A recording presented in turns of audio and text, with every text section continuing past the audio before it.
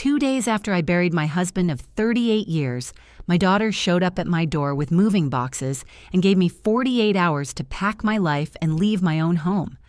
I'm standing in the foyer of my Bryn Mawr Colonial, the house Curtis and I bought in 1992, the house he poured his soul into, refinishing every floor, hand-carving the banisters I run my hand across every morning. It's 2 days after his funeral. 2 days since I watched them lower the love of my life into the ground at Laurel Hill Cemetery. I'm still wearing my grief like a second skin, still finding his reading glasses on the nightstand, still smelling his old spice on the bathroom towels. That's when I hear the car doors slam in the driveway. I look out the window and see my daughter Aisha climbing out of her leased BMW and her fiancé Brandon trailing behind her. He's carrying boxes, moving boxes. My stomach tightens, but I tell myself there's a reasonable explanation. Maybe they're bringing me meals, maybe they're helping me sort through Curtis's things, maybe they're just checking on me. I open the door before they knock. Aisha doesn't hug me. She doesn't ask how I'm doing, doesn't ask if I slept, doesn't acknowledge that we just buried her father 48 hours ago.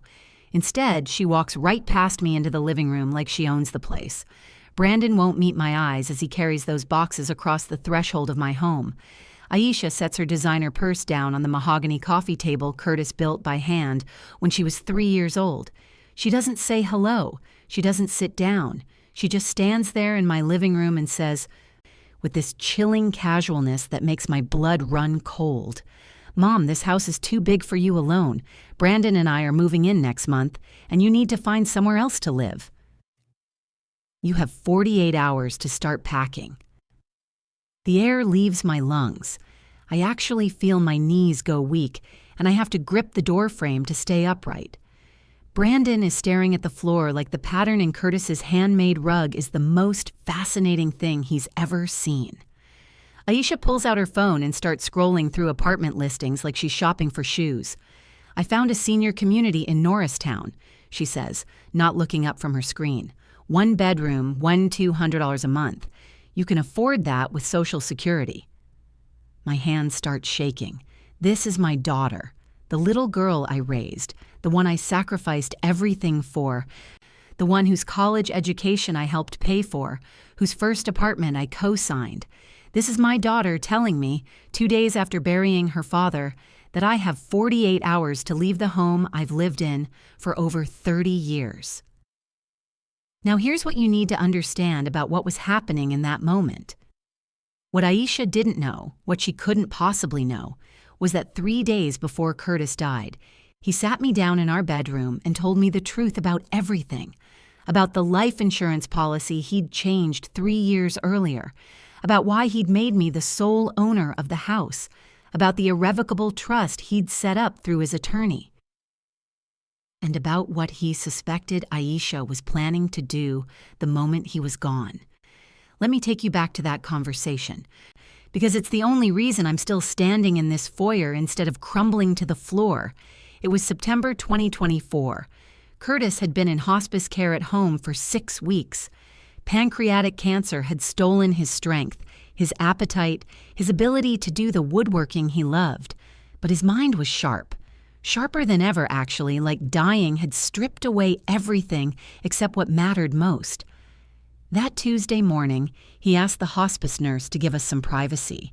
When she left the room, he looked at me with those eyes I'd loved for 38 years and said, "Dorothy, I need to tell you something, and I need you to record this conversation on your phone." This betrayal happens every day. Subscribe to see how Dorothy fights back. Where are you watching from? Tell me in the comments. My hands were shaking as I pulled out my phone and hit record. Curtis's voice was weak, but every word was deliberate. He told me that 3 years ago, back in 2021, he'd asked Aisha to witness some estate documents at his attorney's office. While she was waiting, she'd glimpsed a beneficiary change form in a folder on Anthony Whitmore's desk. Curtis had changed the life insurance policy beneficiary from me to Aisha, $450,000. I remember my breath catching when he first told me this, but Curtis squeezed my hand and said, "Let me explain why." He discovered that Aisha was drowning in debt. Not a little debt. $89,000 of combined debt between her and Brandon. He'd overheard her one afternoon in June 2024, 3 months before he died. She was on her phone in the driveway below our bedroom window, and her voice carried up through the screen. Curtis told me what she'd said, and I can still hear his voice breaking as he repeated her words. "Once Dad's gone, we move fast. Mom won't fight. She never does. The house is worth at least $650. We clear the debt, get married, start fresh." His own daughter, planning to sell my home while he was lying in a hospice bed upstairs. "I didn't change that beneficiary to test her character," Curtis said, his voice getting stronger with conviction. "I changed it to protect you, Dorothy. I gave her that $450,000 through an irrevocable trust with conditions. It's administered by Anthony Whitmore. The money is hers, but here's the thing. If she tries to force you out of this house, if she tries to claim any other asset, if she contests the will within 5 years of my death, the trust gets voided. She has to return every penny or face legal action for attempted financial elder abuse." I was crying by this point, but Curtis wasn't done. "Everything else is yours," he said. "The house. I transferred the deed to your name alone back in March. It's worth about $680,000. My pension goes to you. Our investment accounts, all $340,000. They're in your name. The rental property in West Philadelphia that generates $2,800 a month. That's yours too. I gave Aisha the life insurance to satisfy her desperation, so she'd leave you alone. But I protected what matters." He made me promise to keep recording, to back it up to the cloud, to save it as evidence in case Aisha tried to claim I was confused or that someone had coerced me. He wanted documentation of his reasoning, his mental clarity, his explicit intentions. "I hope I'm wrong about her," Curtis whispered, his eyes filling with tears. "I hope she proves me wrong.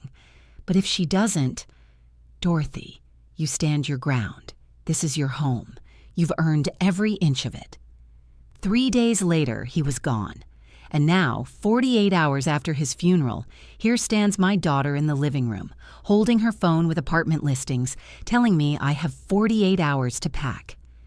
Have you ever had someone you raised, someone you sacrificed everything for, look you in the eye and treat you like an obstacle to remove? I'm still standing in the foyer, gripping the doorframe, watching Aisha move around my living room like she's already measuring it for new furniture. Brandon finally sets down the boxes he's carrying, 3 of them, stacked in my entryway like a territorial claim. "We're being generous, Mom," Aisha says, and there's this edge to her voice that I've never heard before. Or maybe I have, and I just never wanted to acknowledge it. "We could have just waited until you figured it out on your own, but we're giving you time to find a nice place. Norristown has activities, a shuttle to the grocery store. You'd probably like it." My phone is in my cardigan pocket. The recording Curtis made is backed up to the cloud, time-stamped, preserved. The deed to this house has my name on it. Mine alone.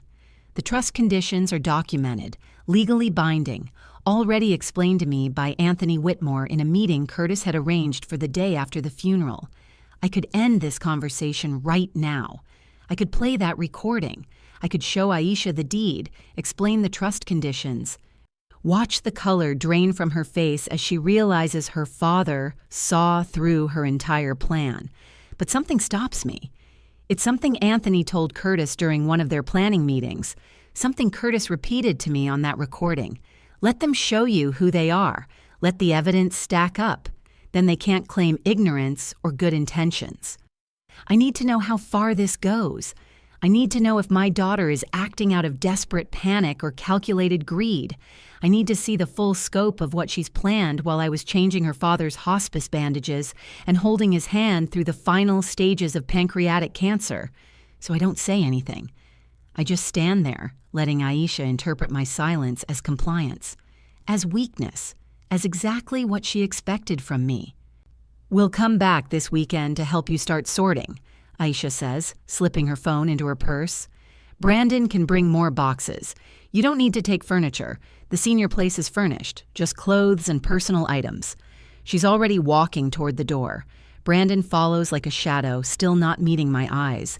They leave those 3 boxes stacked in my foyer like a threat, like a countdown clock. The door closes behind them. I hear the BMW start up in the driveway. I watch through the window as they pull away. Then I walk to the bedroom I shared with Curtis for 38 years. The room still smells like the lavender sachets I tucked in his dresser drawers, the ones he always loved. I sit on the edge of our bed, my bed now, and pull out my phone. I open the voice memo app and find the recording. 4 minutes and 37 seconds. Curtis's voice fills the quiet room, and it's like he's here with me again. Dorothy, if you're hearing this with Aisha present, it means what I suspected has happened. I let it play for about 30 seconds, then I stop it. Not yet. I need more information first. I need to understand the full picture before I reveal what I know. What I didn't know yet was how far Aisha had already gone. The plan was bigger than moving boxes and 48-hour ultimatums, much bigger. I need to figure out how this happened, how the little girl who used to sit at that mahogany coffee table doing homework, who used to help Curtis sand furniture in the garage, who used to braid my hair on Sunday mornings while we watched cooking shows together. How did that little girl become the woman who just walked into my home 2 days after her father's funeral and told me I had 48 hours to leave? I think about the iPad on the kitchen counter. Curtis used to share it with Aisha for family photos. I wonder if she remembered to sign out of her iCloud account. I think about my neighbor Lucille, 3 houses down. She mentioned something to me at the funeral reception, something about seeing Aisha drive past the house with someone a few weeks ago. She'd started to explain, but then someone else had interrupted and I'd forgotten to ask her to finish. I think about Anthony Whitmore's business card sitting on my nightstand. He'd pressed it into my hand after Curtis's funeral and said, "Call me if anything happens. Anything at all." Something is happening. Something Curtis predicted would happen, and I have a choice to make. I can confront Aisha right now, show her the recording, explain the trust conditions, and end this. Or I can wait, gather evidence. Let her show me exactly who she's become. Let the plan unfold far enough that there's no possible way to claim she meant well, that this was all a misunderstanding, that she was just trying to help her grieving mother. I look at Curtis's side of the bed. The pillow still has the indent from his head. His reading glasses are still on the nightstand. His slippers are still tucked under the bed frame he built with his own hands. Let them show you who they are, I whisper to the empty room, repeating Anthony's advice. Let the evidence stack up. I pick up my phone and call Anthony Whitmore. He answers on the second ring. "Dorothy," he says, and I can hear the concern in his voice. "Has something happened?" "She came today," I tell him, "with boxes. She gave me 48 hours to pack and leave." There's a long pause. Then Anthony says something that changes everything. "Then it's time to see how far she'll go. Don't confront her yet. Call me if she does anything else. Anything at all. We need to document everything, Dorothy. Every conversation, every demand, every step she takes." Curtis was very specific about this. We let her reveal the full plan. Then there's no way for her to walk it back. I agree. I hang up. I sit in the quiet bedroom, surrounded by 38 years of memories, and I make a decision. I'm going to let Aisha believe she's winning.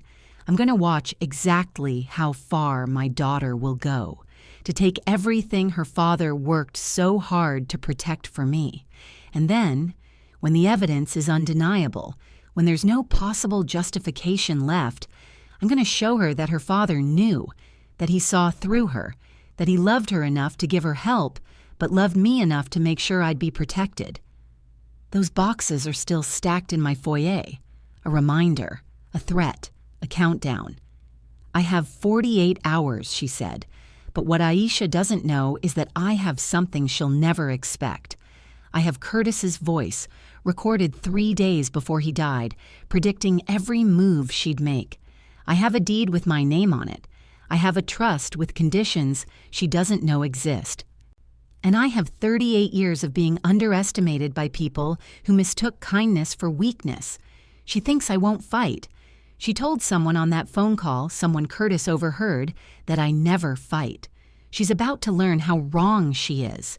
But before I tell you what happened next, you need to understand how we got here. You need to know who Curtis and I were, what we built together, and how the little girl we raised became the woman standing in my foyer with moving boxes. Curtis and I got married 38 years ago. I was 26, he was 28.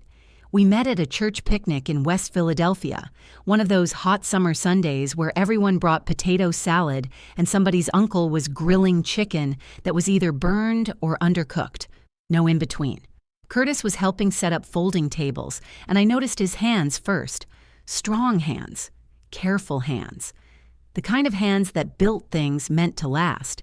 He told me he was a furniture craftsman, not a carpenter. He was very specific about that distinction. Carpenters build structures, he'd say. I build the pieces people live with. The chairs they sit in for family dinners, the tables where children do homework, the cabinets that hold 3 generations of dishes. For 38 years, Curtis built custom furniture for mainline families. Dining tables, bookshelves, bedroom sets, kitchen cabinets. He'd come home with sawdust in his hair and wood shavings stuck to his jeans, smelling like pine and varnish. His workshop in our garage was his sanctuary. Tools organized on pegboards he'd built himself, wood stacked according to grain and purpose. I worked as an elementary school secretary at a school in the Lower Merion School District for 32 years, retired 5 years ago when I turned 59. It wasn't glamorous work, but it was steady. I knew every child's name, every parent's phone number, which kids had peanut allergies, and which ones needed their inhaler during gym class. I loved those kids like they were my own. Curtis and I built our life slowly, carefully, with intention. No shortcuts, no credit card debt, no keeping up with neighbors who bought things they couldn't afford. We saved for 3 years before we could put a down payment on this house in Bryn Mawr. It was 1992, and the neighborhood was just starting to attract young black professional families. We paid $180,000 for this colonial. Felt like a fortune at the time, but Curtis saw the potential. He refinished every floor in this house himself. Stripped the old finish, sanded by hand, applied 3 coats of polyurethane. Rebuilt the entire staircase when we discovered termite damage in the support beams. Hand-carved these banisters I run my hand across every morning, each spindle shaped with precision and patience. The rental property in West Philadelphia came from Curtis's mother's estate in 2008. She left him that row house where he'd grown up, and instead of selling it, we renovated it together. Curtis did all the carpentry work, new kitchen cabinets, replaced the rotting porch, rebuilt the basement stairs. I managed the contractors for plumbing and electrical, handled all the paperwork, found our first tenant. That property generates $2,800 a month. It paid for both kids' college textbooks. We had 2 children. Aisha was born in 1987, Dante in 1989. Raised them both in this house. Family dinners every Sunday at the mahogany table Curtis built when Aisha was 3 years old. That table is still in my dining room. Solid wood, not a scratch on it, built to outlast all of us. Let me take you back to a specific moment. It was spring 2021. 3 years before Curtis's death, Aisha was sitting at that same mahogany table. She'd come over for Sunday dinner, which was becoming less frequent by then. She was wearing one of those designer blazers that probably cost more than my mortgage payment. Her hair styled in a way that screamed, "I have a standing appointment at a salon that doesn't list prices on their website." Curtis had made his famous pot roast. Aisha barely touched it. She kept checking her phone, texting under the table like we wouldn't notice. When Curtis asked about her job, about the executive search firm where she'd been working for over a decade, her whole face lit up in a way it never did when she talked about us. "I just closed a placement that'll bring in a $45,000 commission," she said, and I remember feeling so proud. My daughter, the successful businesswoman. But Curtis asked the question I wouldn't. And what'll you do with that money, baby girl? Pay down some of that apartment cost? Aisha's smile tightened. Dad, I've told you, the Rittenhouse apartment is an investment in my image. Clients need to see success. That apartment was $3,400 a month. Curtis and I had raised 2 kids in a 3-bedroom house on a mortgage that was less than that. But Aisha was an adult. She was successful. She knew what she was doing. At least, that's what I told myself. Aisha had always been ambitious, driven. The kid who color-coded her homework assignments in middle school, who organized her college applications in a 3-ring binder with tabs and highlighters. Full scholarship to Temple University, graduated with honors in business administration. Got recruited by that executive search firm in Center City when she was just 24 years old. For years, Curtis and I watched with pride as she climbed. Commission checks, bonuses, corporate events where she'd introduce us to CEOs and board members. She'd call us from conference rooms in New York and Boston, telling us about the 6-figure placements she was negotiating. We were so proud. Then, around 2018, something shifted. She moved from her modest Manayunk apartment, perfectly nice place, $1,400 a month, to that luxury high-rise in Rittenhouse Square, $3,400 a month, when a perfectly good place would have been half that. She leased a BMW 5 Series instead of buying a reliable used car like Curtis suggested. Started shopping at stores where the sales associates offer you champagne while you browse. She justified it all as necessary for client impressions. I noticed, but I didn't say much. She was my daughter. She was successful. Who was I to judge how she spent her money? In 2020, Aisha met Brandon Hartwell at some networking event. Marketing consultant, she said. Smooth talker with an MBA from a school I'd never heard of, an income that seemed to fluctuate wildly from month to month. Curtis didn't trust him from the first time they met. Told me privately after that dinner, that man spends money he doesn't have yet. I can see it in the way he talks about deals in the pipeline instead of money in the bank. They got engaged in late 2021. By then, though Curtis and I didn't know the full extent, Aisha had $58,000 in credit card debt. Brandon had $31,000. Together, they were drowning in $89,000 they couldn't pay off. But here's what kills me. What Curtis and I did know. The help we'd already given. We paid for Aisha's entire undergraduate degree, $47,000 total over 4 years. Co-signed her first apartment lease when she was 23 because she didn't have established credit yet. Lent her $8,000 in 2019 when she called crying about cash flow problems between commission checks. That $8,000 was never repaid, never even discussed again. It just disappeared into Aisha's life like water into sand. Curtis built all the furniture in her first 3 apartments. Custom pieces he'd spend weekends crafting in our garage, a bookshelf that fit her exact wall dimensions, a desk with drawers designed for her specific needs, a dining table that seated 6. Hours and hours of his labor, given freely because she was our daughter. I'd imagined being the grandmother who taught recipes and braided hair, but Aisha kept delaying children. Not until we're financially stable, Mom, she'd say.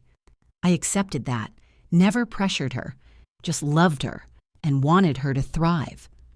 Have you ever trusted someone completely, only to discover they had other plans? Tell me in the comments. Looking back now, I can see the signs I missed. The questions Aisha started asking in 2022 about the house value, the casual comments about how big the house was for 2 people. Mom, have you ever thought about downsizing? She asked one Sunday in late 2022. Curtis had just been diagnosed with type 2 diabetes, was working on changing his diet. We were sitting in the living room, the afternoon light coming through the windows Curtis had replaced 5 years earlier. Downsize to where? I asked, genuinely confused. This is our home. I'm just saying, houses like this in Bryn Mawr are worth a lot now. You could sell, move somewhere smaller, have money left over. Her voice was light, casual, like she was suggesting I try a new restaurant. Curtis looked up from his book. His voice was quiet but firm. "We're not selling our home, Aisha." She laughed it off, said she was just thinking out loud. But the question lingered in the room after she left, like smoke from a candle you can't quite blow out. Then came March 2024. Curtis was diagnosed with pancreatic cancer, stage 4. The kind of diagnosis that comes with timelines instead of treatment plans. The oncologist's voice was gentle but clear, 6 to 9 months, maybe a year with aggressive treatment. Curtis chose hospice at home by July.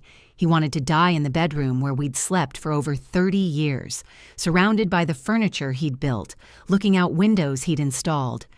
During those months between diagnosis and hospice, something shifted in Aisha's visits. She came more frequently, 2, sometimes 3 times a week. At first, I took it as love, as daughterly devotion, my heart filled with gratitude that she was showing up for her father in his final months. But Curtis noticed something I didn't want to see. Aisha never asked how he felt, never asked about pain levels or medication schedules, or if he needed anything. She asked about paperwork, about getting affairs in order, about whether the will was current, whether the life insurance policies were up to date, whether we'd talked to a lawyer recently. Then came that afternoon in June 2024. Curtis was resting in our bedroom, window open to catch the breeze. It was one of those perfect Pennsylvania summer days, warm but not humid, with that particular quality of light that makes everything look softer. Curtis told me later that he'd been drifting in and out of sleep when he heard Aisha's voice drifting up from the driveway below. She was on her phone, speaking loud enough that her words carried clearly through the open window. "Once it happens, we move fast. Mom won't fight. She never does. The house is worth at least $650. We clear the debt, get married, start fresh." Curtis's blood went cold. He told me he lay there in that bed, listening to his daughter, his firstborn. The child he'd rocked to sleep and taught to ride a bike and walk down the aisle at her college graduation, planning to sell his wife's home before his body was even in the ground. That's when Curtis called Anthony Whitmore. That's when he restructured everything to protect me. That's when he started recording conversations and transferring the deed and setting up the trust with conditions. His daughter wasn't preparing to grieve. She was preparing to execute a plan, and I was the obstacle she planned to remove. The day after Aisha's ultimatum, I woke up at 5:47 a.m. to silence so heavy it pressed against my chest. Curtis wasn't in the bed beside me. The hospice equipment was gone. The pill organizer on his nightstand sat empty. For 3 seconds, I forgot he was dead. Then I remembered, and the grief hit fresh. I went downstairs to make coffee. The kitchen still smelled faintly of the casserole someone had brought after the funeral, chicken and cream of mushroom soup, the kind of food people bring when they don't know what else to do. Aisha's moving boxes were still stacked in my foyer, 3 of them, cardboard sentinels marking the countdown she'd given me. I sat at the kitchen table, Curtis's chair empty across from me, and I tried to process what was happening. My daughter wanted me gone in 48 hours. My daughter had planned this. But how long had she been planning? How deep did this go? That's when I saw the iPad on the counter. Curtis used to share it with Aisha for family photos, pictures of birthdays and holidays, videos of Dante's kids that he'd send from Chicago. I picked it up, intending to look through old photos of Curtis, maybe torture myself with memories, maybe find comfort in his face. The screen lit up, and I saw the Messages app icon had a notification, 17 unread messages. That was strange. Curtis hadn't been using the iPad in weeks. Then I realized Aisha had forgotten to sign out of her iCloud account. My hand started shaking before I even opened the app. It gets worse. Subscribe so you don't miss the confrontation. If you're still not subscribing, tell me in the comments, what's holding you back? The Messages app opened to a thread between Aisha and Brandon. The most recent message was from 3 days ago, the day Curtis died. He's gone. I'll deal with Mom tomorrow after the funeral. Give me 24 hours. I scrolled up. My stomach turned as I read. July 2024, while Curtis was in hospice, while I was managing his medication schedule and helping him to the bathroom and holding his hand through the worst pain, Aisha had texted Brandon, "Once Dad's gone, we move fast. Mom won't fight. She never does. The house is worth at least $650K. We can clear everything and still have money left." Another message from August. "I already talked to a realtor. She says market's hot. We could close in 30 days if we price it right." September, 2 weeks before Curtis died. "Brandon, I'm serious. We need that house. The debt is suffocating us. Mom will be fine in a senior place. She doesn't need all that space." I couldn't breathe. This wasn't impulsive. This wasn't grief making my daughter say cruel things in the moment. This was calculated, planned, discussed, strategized, months of planning while I was watching my husband die. My hands were shaking so badly, I nearly dropped the iPad. I took screenshots of everything, every message, every date, every piece of evidence that showed this betrayal had been months in the making. I can't imagine what that must have felt like, reading your daughter's words, realizing she'd been planning to displace you while you were caring for your dying husband. I wanted to throw up. I wanted to scream. I wanted to call Aisha right then and play those messages back to her, watch her try to explain away words she'd written in her own hand. But I remembered what Anthony Whitmore had told Curtis. Let them show you who they are. Let the evidence stack up. I needed to know more. I needed to understand the full scope of this. That afternoon, my phone rang. It was Lucille, my neighbor 3 houses down. We'd known each other for 18 years. Our kids had played together when they were young. She'd brought me a peach cobbler the day after Curtis's funeral. "Dorothy," she said, and I could hear the hesitation in her voice. "I've been meaning to tell you something, but with Curtis passing, I didn't want to add to your grief." My stomach tightened. "What is it, Lucille?" "Few weeks ago, maybe late October, I was out front gardening. You know how I am with those roses. And I saw Aisha drive through the neighborhood with a woman I didn't recognize. Professional-looking woman in a blazer, carrying a clipboard. A realtor," I said. It wasn't a question. That's what I thought. "They stopped right in front of your house, Dorothy. I was close enough that I heard Aisha say, 'Clear as day.' That one will be mine soon. I'm thinking we can get 650, maybe more." The number matched exactly what Aisha had texted Brandon, 650K. "I thought maybe you two were downsizing together," Lucille continued. "Planning ahead, you know. But after the funeral, after everything, I don't know, Dorothy. Something felt off about the way she said it, like Curtis wasn't even part of the equation." Because he wasn't. Curtis was dying and Aisha was already appraising the property like livestock at auction. I thanked Lucille and hung up. Sat in my kitchen staring at the wall Curtis had painted 3 years ago, eggshell white. He'd done 2 coats, meticulous as always. I called Anthony Whitmore.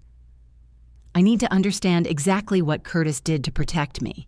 He told me to come to his office, said he'd been expecting my call. Remember, Anthony Whitmore, Curtis's attorney, the one who'd helped structure the protective trust, had told me at the funeral that Curtis had prepared for exactly this scenario. But I hadn't understood the full scope of what prepared meant until I sat in Anthony's office that afternoon and he laid out the documents.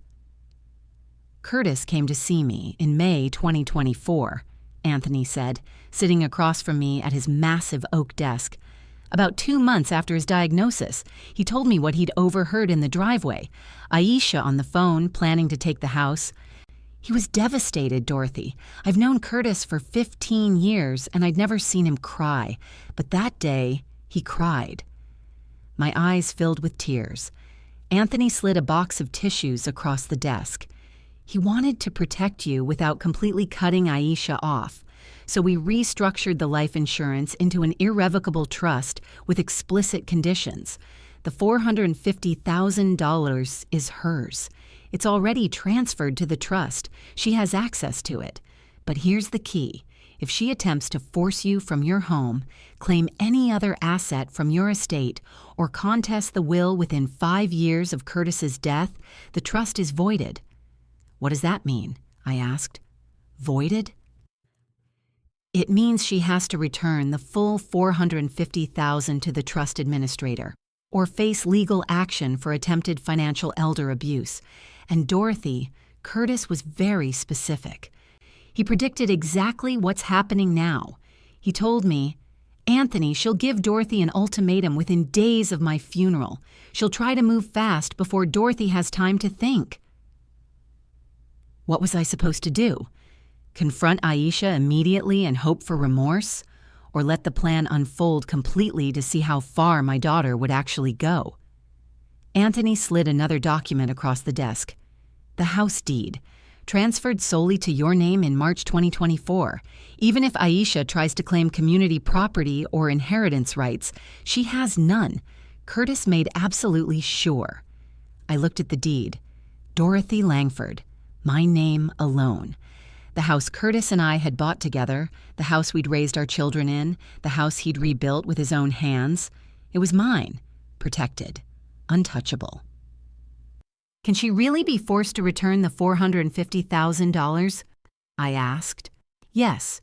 The trust administrator has legal authority, and with the evidence you're gathering, the text messages, the realtor visit, the 48-hour ultimatum, there's no way she can claim this was a misunderstanding or that she had good intentions. Curtis had seen this coming months before he died. He'd protected me completely. But what else had Aisha done that I didn't know about yet?" Would you confront immediately or gather more evidence first? Tell me in the comments. I got my answer 2 days later when my cousin Phyllis called from Baltimore. "Dorothy, I need to ask you something, and please don't be offended." Phyllis's voice was tight, uncomfortable. "Aisha called me last month. This was while Curtis was still in hospice, and she said you were having memory problems." My blood went cold. "Memory problems?" "She said you were forgetting to pay bills, getting confused about dates. She said she was worried you couldn't manage the house or finances anymore. She asked if I'd noticed anything wrong when I visited for Easter. I told her you seemed sharp as ever, but she insisted it was getting worse. She even asked if I thought you might need assistance, like a caregiver or a facility." I couldn't speak. The kitchen tilted around me. "Is everything okay, Dorothy? Because you seem fine to me. But if you're struggling—" "I'm not struggling, Phyllis. I'm not forgetting things. There's nothing wrong with my memory." But the damage was done. Aisha had been systematically destroying my credibility with family members for months, setting up a narrative: elderly mother, declining mental capacity, concerned daughter stepping in to help. If I resisted being removed from my home, Aisha could point to months of documented concerns she'd shared with relatives. Premeditated character assassination. I hung up with Phyllis and sat in stunned silence. How many other family members had Aisha called? How many people believed I was losing my mind? 3 days later, I witnessed something I never imagined I'd see in my own home. I'd been at the grocery store buying milk and bread, trying to pretend my life was normal. I came home around 3 p.m. and parked in the driveway. That's when I noticed Aisha's BMW already parked on the street. I walked into my house through the front door I'd unlocked 1,000 times, and I found Aisha and Brandon in my living room, without permission, without calling first, without even knocking, carrying in furniture, a sofa, dining chairs, boxes labeled kitchen and master bedroom in Brandon's handwriting. He was measuring my walls with a tape measure, making notes on his phone. They both looked up when I walked in. Neither of them looked guilty. Neither of them apologized. "Oh, Mom, you're back," Aisha said, like this was the most natural thing in the world. "We're just getting a head start. You'll thank us once you're settled in Norristown. Less stress for you this way." Brandon was measuring the space where Curtis's handmade bookshelf stood. The bookshelf where we kept family photos and Curtis's woodworking books and my collection of novels I'd been adding to for 40 years. You can't just I started, but my voice failed. Can't just what? Aisha said, and there was an edge to her voice, a challenge. Mom, you have 48 hours. That's what I said. We're trying to help you. This is a lot of work, moving an entire household. We're being generous with our time. Brandon wouldn't look at me. He just kept measuring, kept making notes, kept treating my home like it was already his. I pulled out my phone and took photos. Every box, every piece of furniture, Brandon's tape measure against my wall, Aisha standing in my living room like she owned it. "What are you doing?" Aisha asked, finally looking uncomfortable. "Documenting," I said. My voice was steady, calm. "You're in my home without permission, moving furniture in before I've agreed to leave. I want documentation." Aisha's face hardened. "You're being dramatic, Mom. We're family. We're helping." But we both knew what this was. This wasn't help. This was a takeover. After they left, after they'd stacked their boxes in my living room and Brandon had finished his measurements, I made 2 phone calls. The first was to Geraldine, Curtis's sister in Atlanta, the one who'd always seen through Aisha's performance, who'd told Curtis years ago that something about Aisha's ambition felt hollow. "I'm booking a flight," Geraldine said immediately. "I'll be there by Wednesday." The second call was to Anthony. "How far should I let this go?" I asked. His answer was immediate. "Until they can't claim good intentions. Until there's no possible justification left. Curtis wanted you to see the full scope before you revealed what he'd done to protect you. Let them show their hand completely, Dorothy. Then there's no walking it back." I hung up and looked around my living room. Aisha's boxes, Brandon's measurements on a notepad he'd left on my coffee table, the 48-hour countdown ticking away. What Aisha didn't know, what she couldn't possibly know, was that every step she took was building the case against her. Every text message, every realtor visit, every piece of furniture she moved in without permission, every family member she'd called to plant seeds of doubt about my mental capacity. Curtis had predicted it all, and now I was watching it unfold exactly as he'd said it would. The question was, how much further would she go? 2 days after I'd watched Aisha and Brandon move furniture into my living room without permission, my phone rang while I was folding laundry.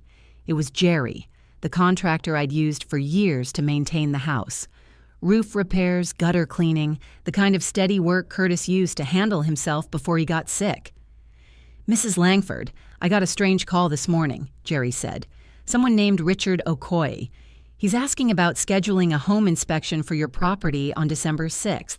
Says he's buying the house and needs a structural assessment before closing." My hands went numb. The laundry basket slipped from my grip and hit the floor. "He wanted to know if I could do the inspection," Jerry continued. "But I told him I needed to check with you first since you hadn't mentioned anything about selling. Are you selling, Mrs. Langford?" December 6th.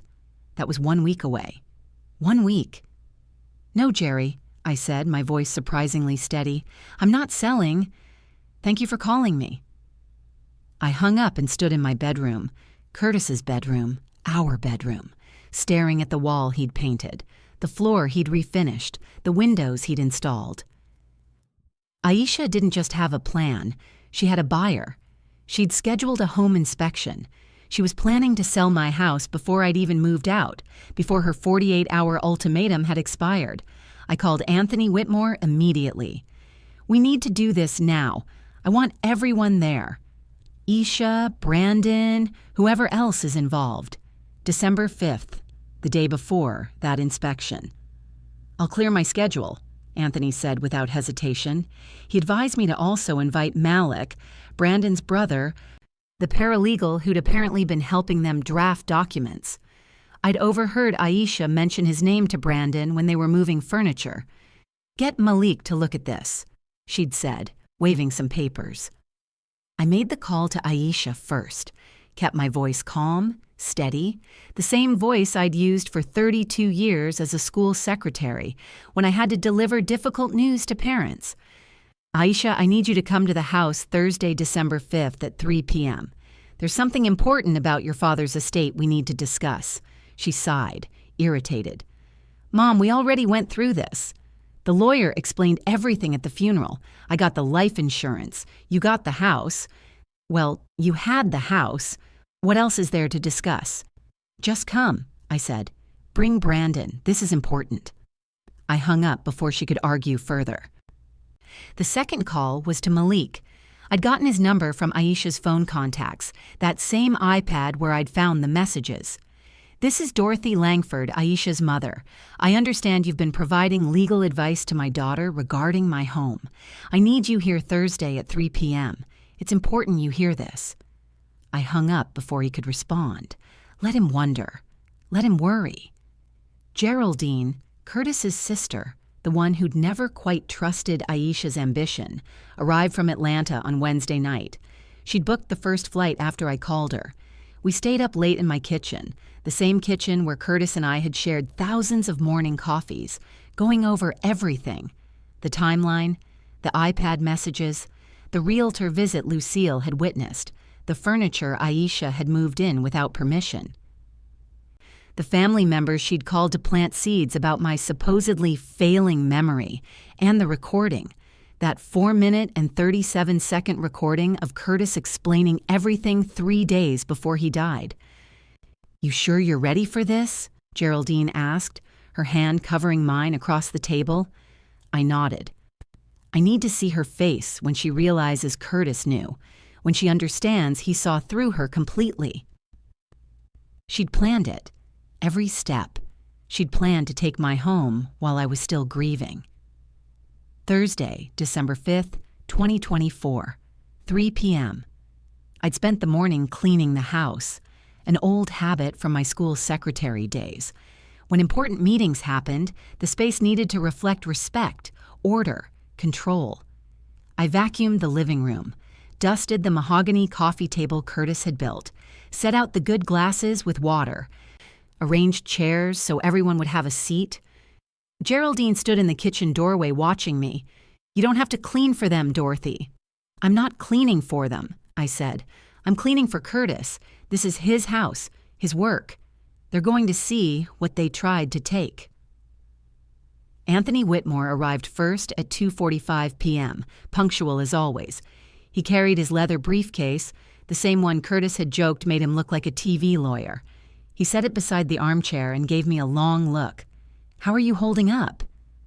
Ask me in an hour, I said. Aisha and Brandon arrived at 2:58 p.m. She walked in like she owned the place, which I suppose she thought she did. Brandon followed, hands in his pockets, eyes on the floor. Neither of them seemed surprised to see Anthony.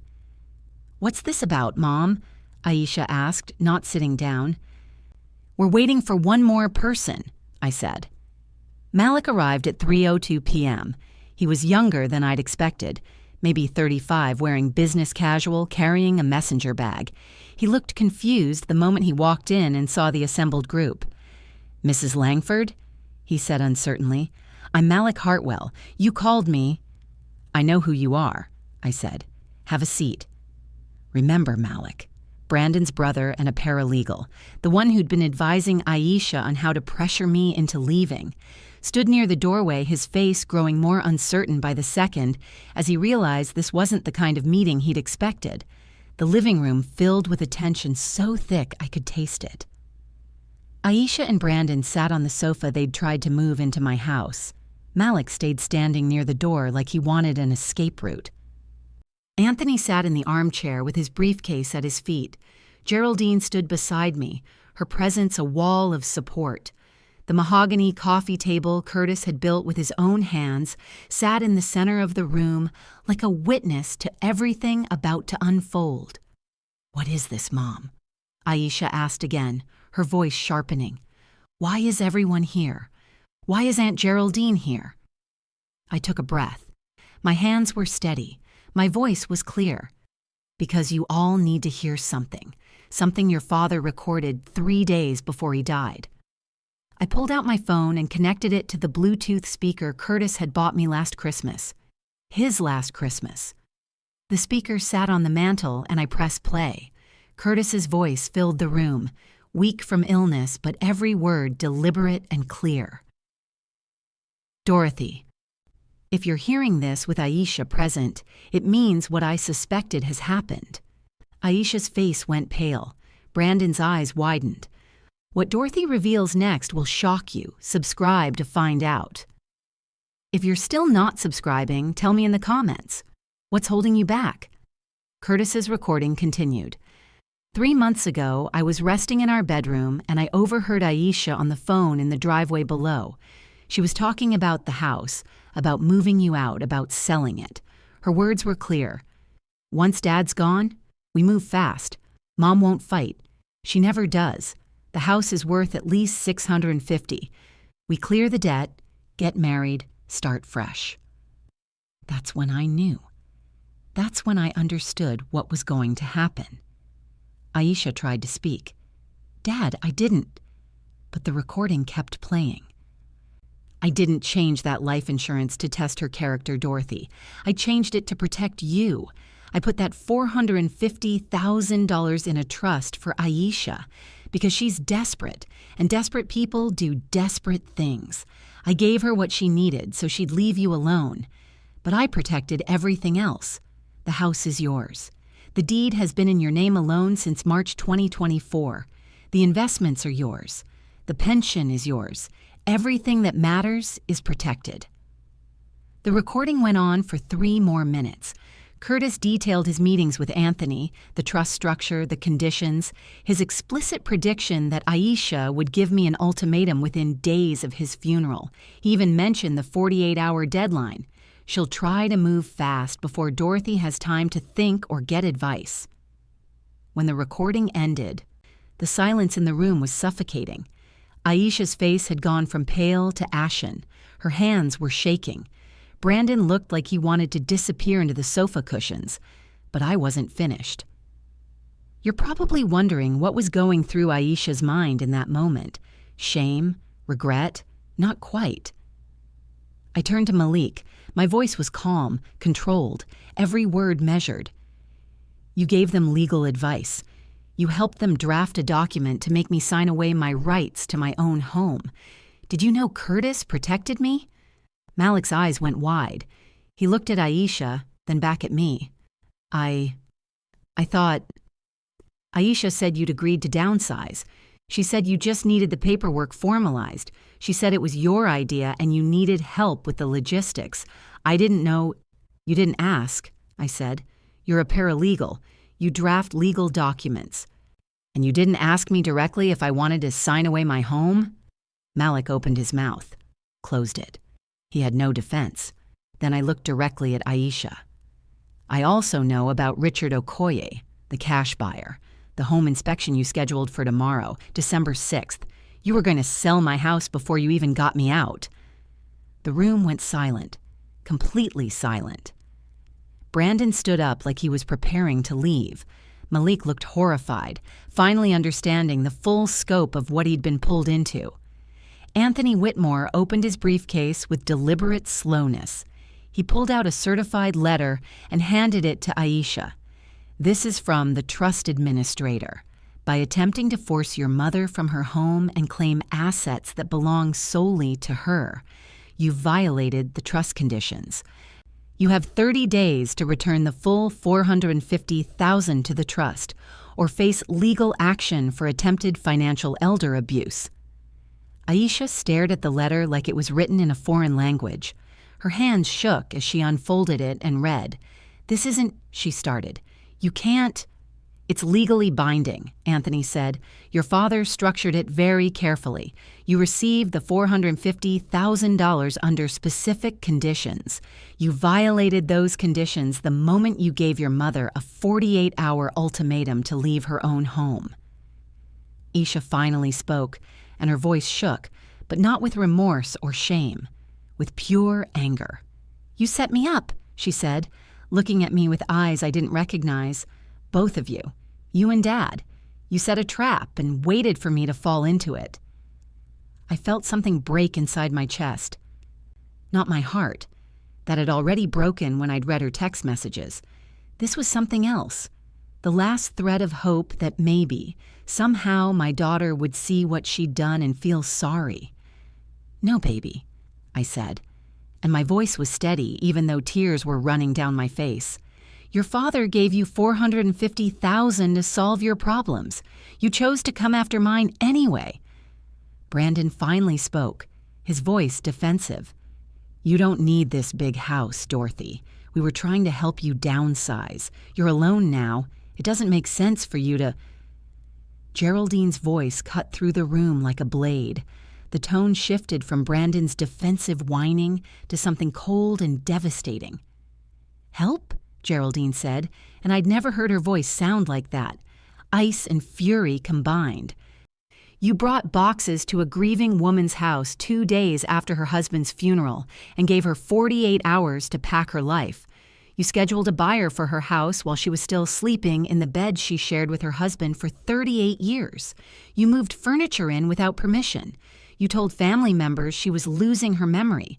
Where exactly was the help, Brandon?" The room held its breath. Malik spoke then, his voice shaking. "Aisha, I didn't know. I swear, I thought Dorothy had agreed to this. I thought I was helping with paperwork for something you'd already worked out as a family. If I'd known—" He turned to me. "Mrs. Langford, I'm so sorry. I'll report this to my supervising attorney tomorrow. I gave legal advice without verifying facts or speaking directly to you. That's an ethics violation. I take full responsibility." I nodded at him. At least one person in this room had a conscience. But Aisha, my daughter, the little girl I'd raised, whose scraped knees I'd bandaged and whose homework I'd checked and whose college I'd helped pay for, just sat there on that sofa looking furious, not sad, not sorry, furious. She wasn't remorseful that she'd tried to take my home. She was angry that she got caught. She was angry that the money wasn't enough. She was angry that her father had seen through her and protected me. And in that moment, I realized something that hurt worse than any of the betrayal that had come before. I'd lost my daughter long before Curtis died. Maybe years ago. Maybe when ambition became more important than integrity. Maybe when designer blazers became more valuable than family dinners. The woman sitting on my sofa wasn't the daughter I'd raised. She was someone I didn't recognize anymore. I stood in my living room surrounded by the wreckage of that confrontation. The mahogany coffee table Curtis built, the certified letter crumpled in Aisha's hand, Anthony's briefcase, Geraldine standing beside me like a sentinel, and my daughter, the stranger who used to be my daughter, looking at me with fury instead of remorse. My voice, when I finally spoke, was steady, final. "You're not welcome in this house anymore. Your father gave you $450,000 to help you. You decided it wasn't enough and tried to take my home. You can leave now." Aisha stood up. The certified letter fell to the floor. Her voice shook. "You're really gonna do this? Choose money over your own daughter?" And that's when something inside me, something that had been bending and bending for 37 years, finally snapped into place. Straight, strong, unmovable. "I'm not choosing money, Aisha. You did. 3 years ago when you saw that beneficiary form in Anthony's office, every day after when you planned this, every time you told family members I was losing my memory, every time you brought boxes into my home without asking, every time you texted Brandon about selling this house while I was caring for your dying father, you chose." Brandon grabbed his jacket. Malik was already at the door, mumbling something I couldn't hear over the blood rushing in my ears. Aisha looked around the room one final time. At the house she'd tried to steal, at the mother she'd tried to displace, at the plan that had collapsed like a house of cards. "This isn't over," she said. My voice was quiet, absolute. "Yes, it is." They left, just walked out my front door. Their moving boxes were still stacked in my foyer, 3 cardboard sentinels of a failed invasion. I'd deal with those later. Malik stayed behind for a moment. He approached me, his face pale. Mrs. Langford, I'm so sorry. I really thought you'd agreed to this. Aisha said it was all worked out, that you just needed help with the paperwork. I should have verified. I should have spoken to you directly. That's on me. I'll report my ethics violation to my supervising attorney tomorrow. I nodded. At least one person in this mess had a conscience. Then he was gone too. The door closed. The house fell silent. I sat on the sofa. Geraldine sat beside me. Anthony was packing his briefcase with the careful movements of a man who'd witnessed worse family implosions but never got used to them. What do you do when you realize the person you raised, the child you sacrificed for, values your house more than your relationship? You did the right thing, Geraldine said softly, but I wasn't sure. My daughter had just walked out of my life, and I'd let her go. Was that strength, or was it giving up? Would you let your daughter keep the money? Subscribe and tell me. If you're still not subscribing, tell me in the comments. What's holding you back? Anthony closed his briefcase and sat back down. Dorothy, you need to understand your options now. You can enforce the trust void clause. Demand Aisha return the full $450,000 within 30 days.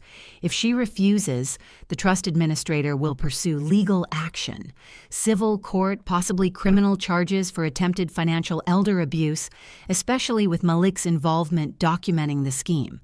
He paused, letting that sink in. You'd win.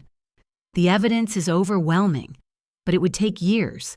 Depositions where you'd have to relive this, court dates, family members testifying on both sides. It would tear what's left of your family apart completely. I stared at the coffee table Curtis built, ran my hand across the smooth surface he'd sanded for hours. What if I don't enforce it? I asked. What if I just let her keep the money? Anthony nodded like he'd been expecting this question. Then you honor Curtis's original intent. He wanted Aisha to have financial help. The trust conditions were protection, not punishment. If you don't pursue the void clause, the trust remains valid. Aisha keeps the $450,000, but she has no access to any other asset, ever. The boundary stands regardless of whether you take the money back. Geraldine leaned forward. Dorothy, what are you thinking? I closed my eyes. Saw Curtis in our bedroom 3 days before he died, asking me to record his words. Saw the pain in his eyes when he talked about what Aisha had planned, but also saw the hope, the desperate hope, that maybe he was wrong, that maybe his daughter would prove him wrong. Curtis gave her that money because he knew she was desperate, I said slowly. He gave it to her because he loved her, even knowing what she planned to do to me. I'm not taking it back. But I'm also not letting her into my life anymore. She can have the money. She can't have me. Anthony pulled out paperwork. That's your right. I'll notify the trust administrator that you're declining to pursue the void clause, but that all other boundaries remain in effect. Aisha keeps the $450,000. She gets no other assets. And she has no legal claim to contact you or enter your property. I signed the papers that evening. My hand didn't shake. Was Dorothy too soft, or was this the strongest choice? Tell me in the comments. Over the next 2 weeks, Aisha sent text messages. The first one arrived 3 days after the confrontation, while I was grocery shopping. Mom, we need to talk. This got out of hand. I read it standing in the produce section, holding a bag of apples Curtis used to love. I didn't respond. 2 days later, you really don't need that big house. I was trying to help. Then, I can't believe you're choosing Aunt Geraldine's opinion over your own daughter. Then, fine, keep the house. I don't need it anyway. Then, can we at least talk? I read each message, watched the pattern unfold like Curtis had predicted. Justification, blame shifting, manipulation, false reconciliation. Not once did she say, I'm sorry. Not once did she acknowledge what she'd actually done. After the 5th message, I blocked her number. Geraldine asked if I was sure. She was still staying with me, sleeping in the guest room, making sure I wasn't alone through this. "She's not sorry she did it," I said. "She's sorry she got caught. There's a difference." But the real surprise, the thing I never saw coming, happened 1 week later. My phone rang while I was sorting through Curtis's workshop in the garage. I'd been avoiding it for months. All his tools hung on pegboards he'd made, wood stacked by type and grain. The smell of sawdust still hung in the air. It was Dante, my younger son, the one who lived in Chicago, who'd flown in for the funeral but left before any of this happened. "Mom," he said, and his voice was tight. "I just talked to Malik. He told me everything that happened. I'm so sorry I wasn't there. I'm so sorry I didn't know."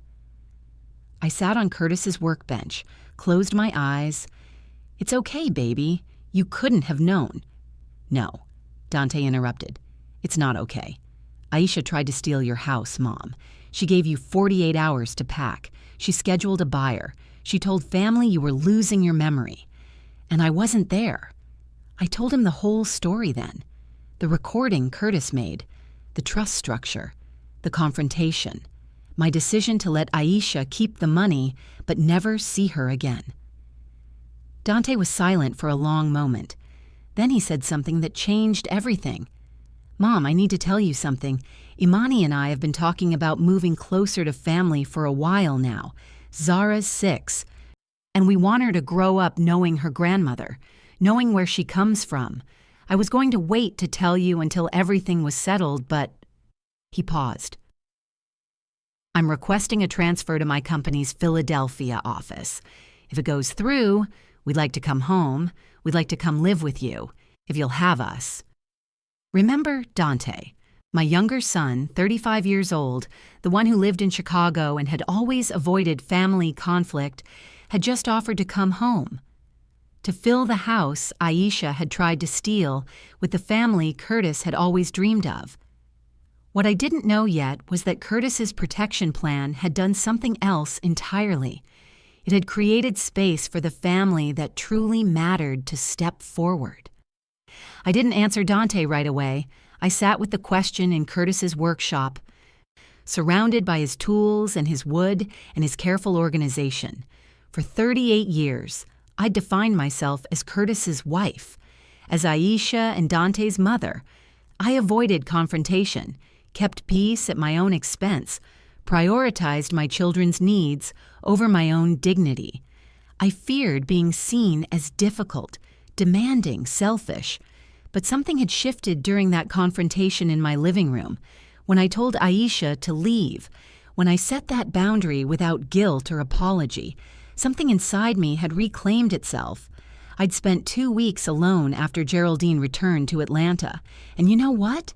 The silence wasn't empty. It was clean. I wasn't lonely. I was free. Free from walking on eggshells, free from wondering when the next demand would come, free from sacrifice without reciprocity. And now Dante was offering something Aisha never had: respect, choice, partnership. He wasn't telling me he was moving in. He was asking. He wasn't taking my home. He was offering to share it. I called him back that evening. "Yes, come home. Bring Imani and Zara. There's more than enough room. This house was always meant to be filled with family, the kind that shows up, not the kind that shows out." Looking back, I would realize this was the moment everything changed. Not the confrontation, not the boundary. This phone call, this choice from the child who saw me, really saw me, and chose to show up. 3 weeks later, Dante's transfer came through. By late December 2024, he pulled up to the Bryn Mawr Colonial with a U-Haul truck. Imani stepped out first, tall, graceful, with the kind of warmth that fills a room, then Zara. 6 years old, with braids styled the same way I used to style Aisha's hair when she was little. The little girl ran up the front steps and wrapped her arms around my legs. "Grandma, Daddy says you're going to teach me to make Grandpa's cobbler." My eyes filled with tears, but they weren't grief tears this time. They were gratitude tears. The house that Aisha had tried to steal transformed that day. no longer a tomb of loss, no longer a target for exploitation. It became what Curtis had always intended, a home filled with laughter, with Zara's questions about everything, with Imani's cooking smells drifting from the kitchen, with Dante's voice calling up the stairs asking where we kept the photo albums, and every morning, Zara knocked on my bedroom door at 7 a.m. asking if I could braid her hair before school. We'd stand in the bathroom together, the same bathroom where I used to do Aisha's hair, and I'd work through her thick curls while she told me about her dreams. I was free. Free to love without fear. Free to set boundaries without guilt. Free to protect myself without apologizing for it. And Curtis, wherever he was, had made sure I'd have exactly what I needed to live the rest of my life in peace. The house that Aisha tried to steal fills with different sounds now. Zara's laughter echoing through the hallways Curtis refinished with his own hands. Imani's jazz music playing in the kitchen while she cooks rice and stew, filling the house with spices I'd never smelled before, but have grown to love. Dante's voice calling up the stairs asking where I put the photo albums. Every morning, Zara knocks on my bedroom door at 7 a.m. "Grandma, can you braid my hair?" We stand in the bathroom together, my hands working through her thick curls the same way I used to braid Aisha's 3 decades ago. But there's no weight of disappointment now, no wondering when the next demand will come. Just this little girl chattering about her dreams and her friends and what she wants to be when she grows up. On Sunday afternoons, we bake Curtis's famous peach cobbler together. Zara stands on the stool Curtis built, carefully measuring cinnamon while I tell her stories about her grandfather. How he hummed while he worked, how he carved her name into the bottom of the mahogany coffee table the day she was born, how he always smelled like wood shavings and old spice. She plays with the wooden blocks Curtis made for Aisha in 1990, and I watch without bitterness. Those blocks have found their rightful home, in the hands of a grandchild who will remember her grandmother not as a victim, but as a woman who stood her ground. Geraldine visits from Atlanta every few months, bringing her famous pound cake. Dante and I, my younger son, the one who chose to come home, establish new rhythms. Family dinners every Wednesday where Imani cooks Nigerian dishes. Weekend trips to the Please Touch Museum with Zara. Quiet evenings after Zara's bedtime where Imani and I drink tea and talk about everything and nothing. Aisha never responds after I block her number. Through family whispers, I learn she and Brandon moved to a cheaper apartment in Northern Liberties, that they're working to pay down their debt with the $450,000 still sitting in the trust, untouched by legal action. I feel nothing about that information, not anger, not satisfaction, nothing. I've released it entirely. Dante asks one evening if I regret letting Aisha keep the money. I think carefully before answering. No, your father wanted her to have help. I honored that. But I also honored myself. That's enough. I learned that protecting yourself isn't the same as punishing someone else. That boundaries aren't cruelty. They're self-preservation. That blood relation doesn't guarantee moral character, but true family shows up when it matters most. I learned that grief and betrayal can exist simultaneously, and you can mourn a relationship that's still technically alive. Most importantly, I learned that the house Curtis protected for me was never too big. It was always exactly the right size for the people who chose to fill it with love instead of schemes, with presence instead of absence, with respect instead of entitlement. One quiet evening in January, I sit in the living room Curtis loved. Zara is asleep upstairs in the bedroom that used to be Aisha's. Dante and Imani are watching a movie in the den. The mahogany coffee table gleams in the lamplight.